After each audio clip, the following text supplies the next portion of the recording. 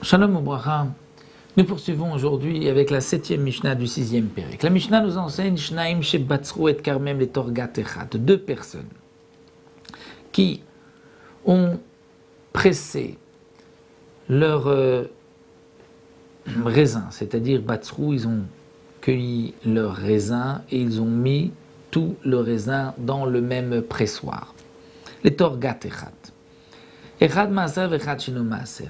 Il y en a un qui est maaser, c'est-à-dire qui est de confiance, il fait attention au trumot au masrot. L'autre ne fait pas attention.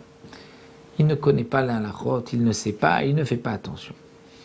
Eh bien, Echad, comme nous dit la Mishnah, l'un est maaser, l'autre ne fait pas attention au masrot. Alors, à maaser et chelo vechelko, celui qui fait attention au Trumat ou Maasrot va prélever le Maaser de sa récolte à lui, chez l'eau, vers Chelko. Chelko, le Barthénora nous dit, au nom du Yerushalmi, qu'on ne peut l'expliquer que de cette manière. C'est-à-dire que Vechelko, la part de son prochain, de son ami, Bechol Makom Jou, là où il se trouve, il va prélever comme si c'était Dmaï. C'est-à-dire que nous avons deux personnes. Ils étaient peut-être aussi de la même... ils avaient le même champ. Ils ont tous les deux... Chacun a pris sa part. Ils l'ont mis dans une gâte, dans un pressoir.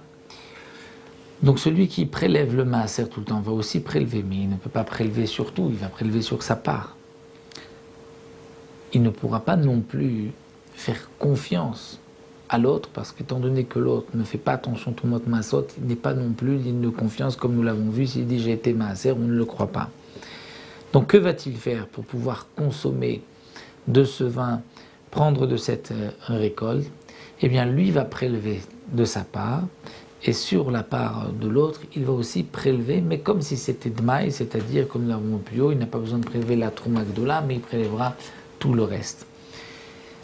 Et pourquoi? Parce que, nous explique le Barthénora, on ne peut pas diviser le vin en deux et dire, tiens, ce que moi je vais récupérer c'est ma part, est-ce que l'autre va récupérer c'est sa part?